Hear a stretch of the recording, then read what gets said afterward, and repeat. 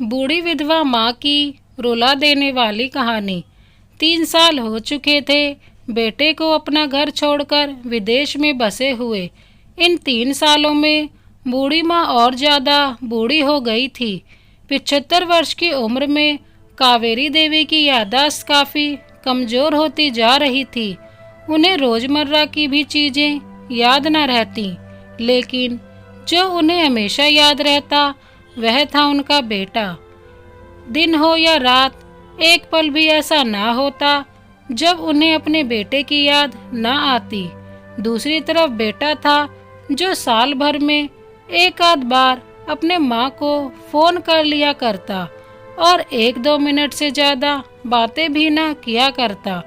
फिर भी यह बूढ़ी माँ टकटकी लगाए अपने बेटे का इंतजार करती रहती।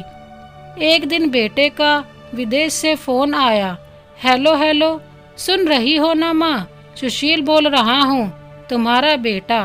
कैसी हो माँ? मैं ठीक हूँ बेटा।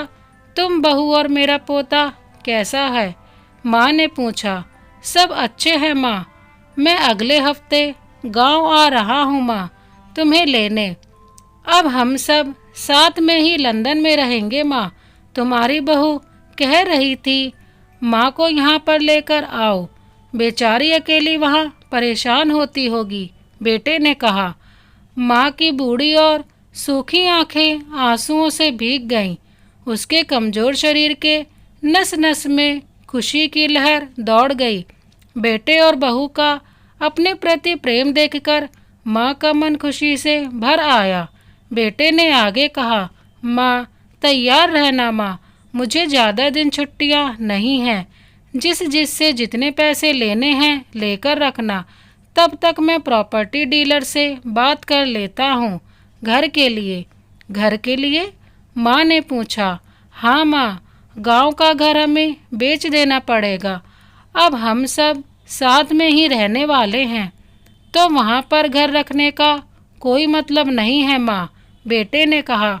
बुढ़ापे की वजह से ठीक से चलने में अक्षम माँ ने पूरे मोहल्ले में घूम घूम कर अपनी खुशखबरी को सबको सुनाया। सभी को खुशी हुई। सबको लगा माँ जी के आखिरी दिन परिवार के साथ खुशी से बीत जाएंगे।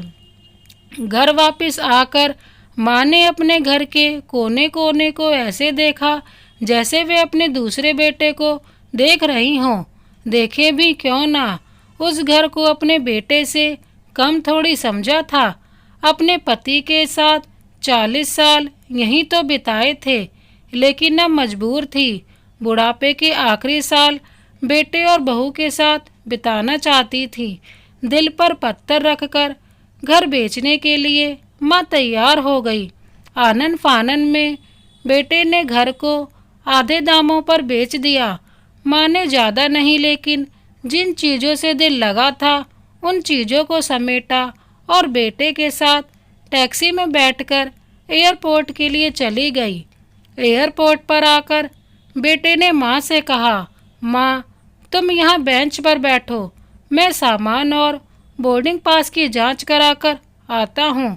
वहाँ वक्त लगता है और खड़ा रहना पड़ता है, तुम्हें तकलीफ होगी, तुम यहीं आराम करो। मैं यूँ गया और यूँ आया। माँ बेंच पर बैठ गई और बेटा अंदर चला गया। काफ़ी समय हो गया, बेटा वापस नहीं लौटा। माँ सोचने लगी ज़्यादा भीड़ होगी इसलिए देर लग रही होगी। अंधेरा होने को आया, अब तो लोगों की चहलकदमी भी कम होने लगी। माँ को अब चिंता होने लगी। एक कर्मचारी ने आकर पूछा, किससे मिलना है माँ जी आपको? यहाँ पर क्यों बैठी हैं? डरती हुई आवाज़ में कावेरी देवी बोली, मेरा बेटा अंदर सामान की जांच कराने गया है, लंदन जा रहे हैं हम। क्या नाम है माँ जी आपके बेटे का? कर्मचारी ने पूछा। सुशील नाम है मेरे बेटे का, कावेरी देवी ने बताया। कर्मचारी अंदर गया और थोड़ी देर बाद बाहर लौटा। उसने कावेरी देवी से कहा, माँ जी लंदन जाने वाली फ्लाइट तो दोपहर में ही जा चुकी है और आपका बेटा भी उस फ्लाइट में बैठकर लंदन जा चुका है। अब आपके यहाँ बैठने का कोई मतलब नहीं है, आप भी अपने घर चली जाएं। क्या जा चुका है और मैं घर जाऊं? घर? माँ की आंखों में आंसुओं का सैलाब उठने लगा। जैसे तैसे माँ घर पहुंची, जो अब उसका था ही नहीं, बिक चुका था। वो वहीं बरामदे में तुलसी के पास सो गई। घर के नए मालिक को उस पर दया आई तो एक कमरा किराए से उसको दे दिया। पेंशन के पैसों से खाना और किराए का बंदोबस्त हो जाता था। दिन बीतने लगे। कुछ दिनों बाद घर मालिक ने कहा, माँ जी, आप अपने रिश्तेदारों के यहाँ पर जाकर क्यों नहीं रहती हैं? इस उम्र में आपके लिए वही अच्छा होगा। अच्छा तो होगा, लेकिन अगर मेरा बेटा वापस आया तो उसका ख्याल कौन रखेगा? मेरा बेटा बहुत भोला है, उसे अपना ख्याल रखना बिल्कुल नहीं आता। मैं कहीं नहीं जाऊंगी, क्या पता कब उसे मेरी जरूरत पड़ जाए। माँ ने कहा। दोस्तों, माँ की ऐसी बातें सुनकर मेरी आंखों में आंसू आ गए। सच ही कहा है किसी ने, पूत कपूत हो सकता है, लेकिन माता कभी कुमाता नहीं होती। दोस्तों, आप सभी से हाथ जोड़कर विनती करती हूँ, अपने माता पिता की जितनी हो सके सेवा करना और उनके साथ कभी बुरा बर्ताव मत करना। इस कहानी को अंत तक देखने के लिए धन्यवाद। ये कहानी आपको कैसी लगी कमेंट बॉक्स में ज़रूर बताएं।